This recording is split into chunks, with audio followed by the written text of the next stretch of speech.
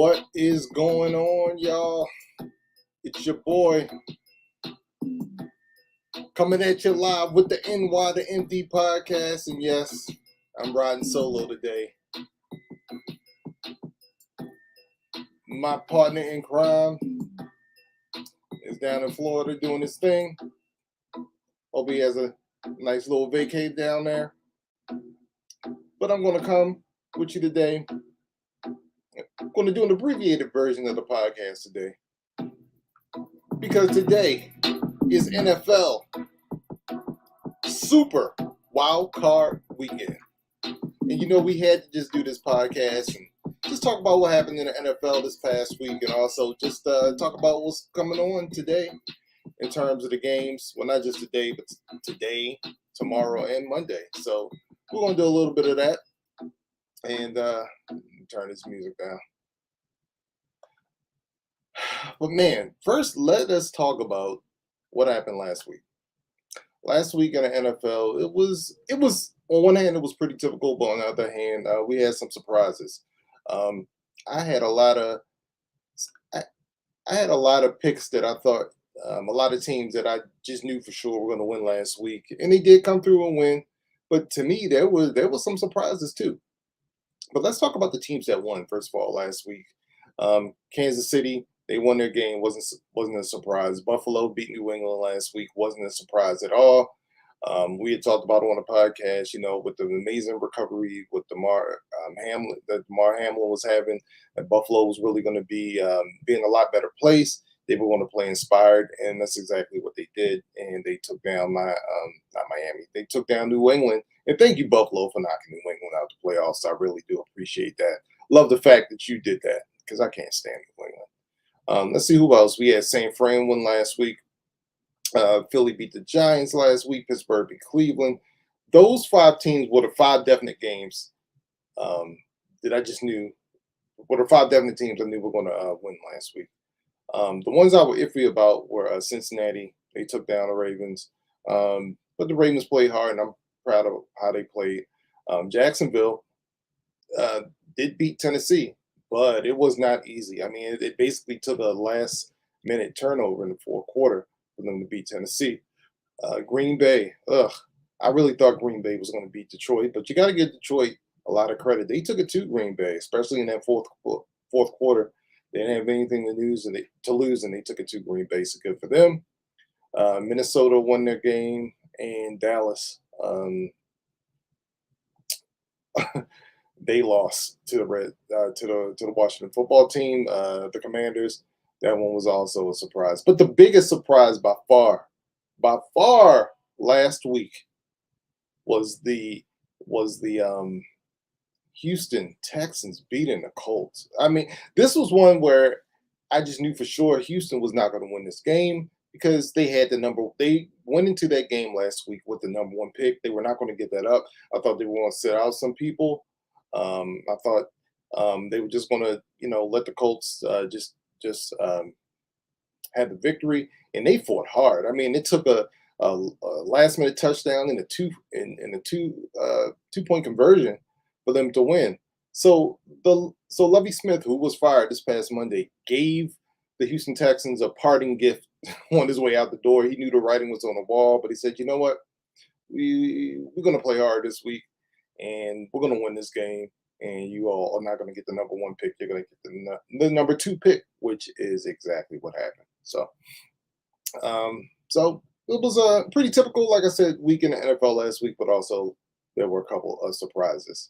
Before I go on with the NFL, I just want to also talk about just how disappointing Monday was.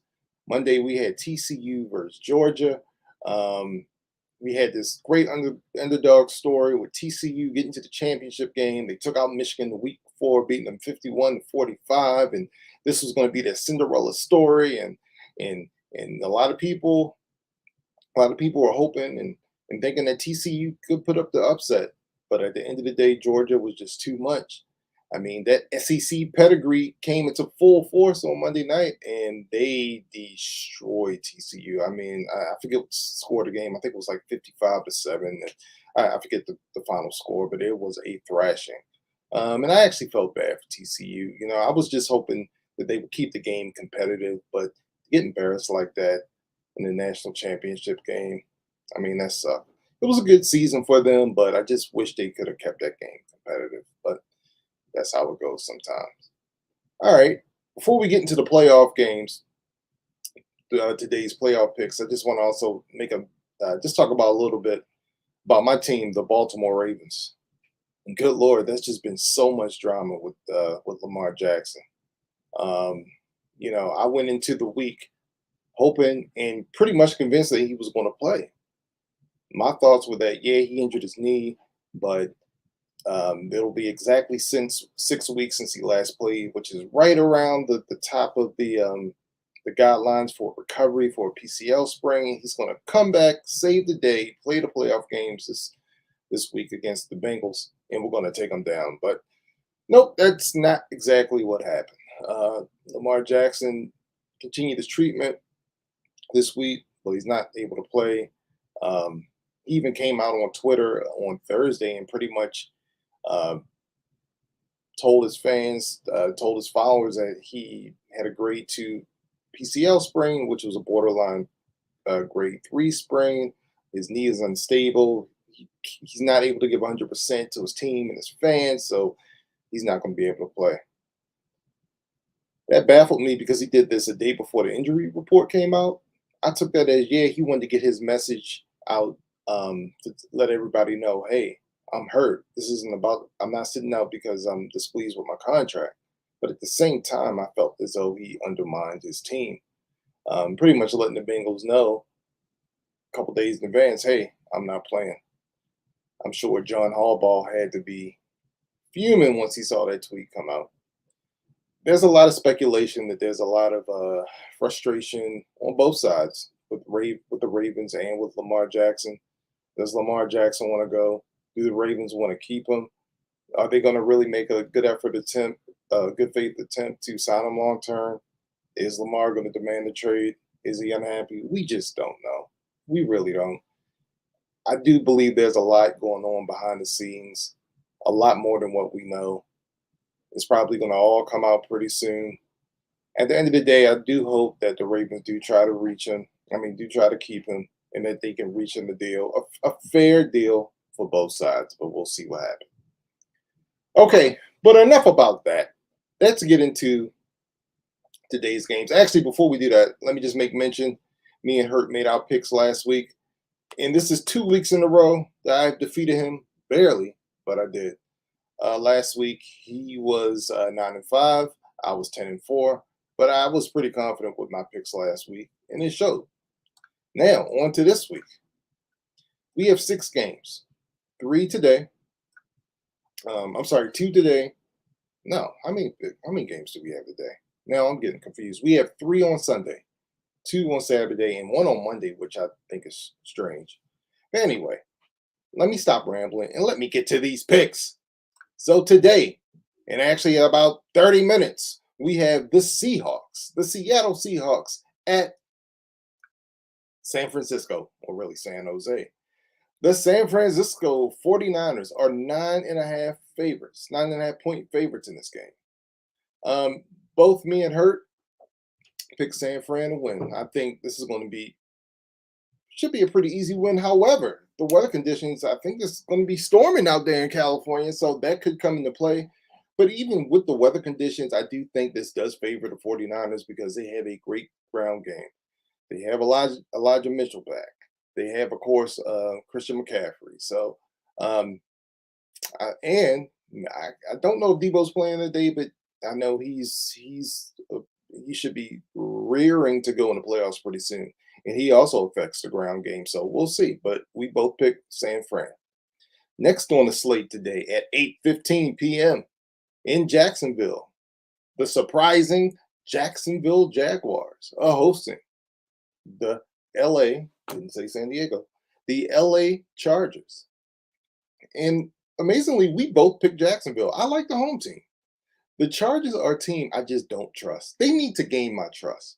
Right when I'm on the brink of thinking, they're a legit team, they'll have no problem taking out teams that are lesser than them. They always they lose to a team that they should have beaten. It's something's not quite right with San Fran. I mean with LA. But I will say this, they are on a bit of a roll right now, but I don't like how they played all their players throughout most of the game. Now Mike Williams, he has a fracture, small fracture in his back. He's not able to play. I don't know what their coach was thinking playing the players like that, but oh well. Anyway, I do like Jacksonville. Hurt likes Jacksonville. We'll see how it goes later tonight. Sunday's game, we have the Miami Dolphins going to Buffalo. In the 1 o'clock game, the Buffalo are 13.5 point favorites. And you know what? They deserve to be. Miami had an up and down year, but in the end of the day, they did make the playoffs. Tua played great for them this year, but in his concussion situation is, it the Miami Dolphins don't want to mess around with that. And he's still in concussion protocol. He's not going to be able to start the day. And I'm glad he's not starting for his health and safety. So with that being said, Skylar Thompson is going to start the playoff game tomorrow, and he did not play well against the Jets. They were only able to put up 9 points, barely, last week against the Jets. I don't know how they're going to put up anything against Buffalo. Miami has a lot of injuries right now. The Bills are still playing inspired ball. As a matter of fact, Damar Hamlin, I think he visited the Bills today. So glad his amazing recovery is going well. And the Bills, they're ready for this. They've been eyeing this playoff spot ever since they got eliminated last year by Kansas City. That all being said, me and Hurt both picked Buffalo to beat Miami. The next game on tomorrow's slate is the Giants going to the Vikings. To me, this is the most difficult game to pick. Um, I picked, I'm picking Minnesota to win, and Hurt is too actually. But I just don't. Oh wait a minute. Or did he pick the Giants? I think he picked the Giants. Yes, he picked the Giants. I picked Minnesota. The reason why I'm picking Minnesota is another team that I just don't trust.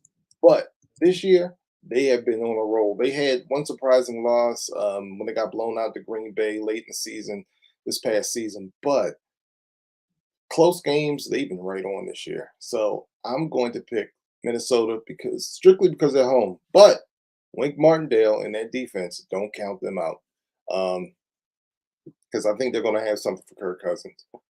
But I'm gonna go with Minnesota. Hurts going with the Giants. We'll see what happens. The next the next game, Sunday night, my team, the Baltimore Ravens, are going back to Cincinnati. And we are going without our QB1, Lamar Jackson. He's hurt. But that being said, everybody else is healthy. And I know everybody's counting out the Ravens, but I'm going to tell you something. Do not count out my team. They're going to play. They're going to come to play. They're going to play hard, and they have pretty much everybody healthy. So I think it's going to be a lot closer than people think. But I just think at the end of the day, Cincinnati's at home, and they're just too talented. But I will say this: the Ravens have never, in their history, lost a road wild card game. They're all-time 6-0. John Harbaugh has 8 road playoff wins in his illustrious career, the most of anyone in NFL history.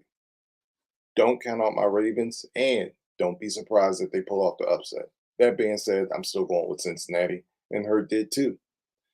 And last, the team everyone loves to hate, the Dallas Cowboys, are going to Tampa, which is crazy.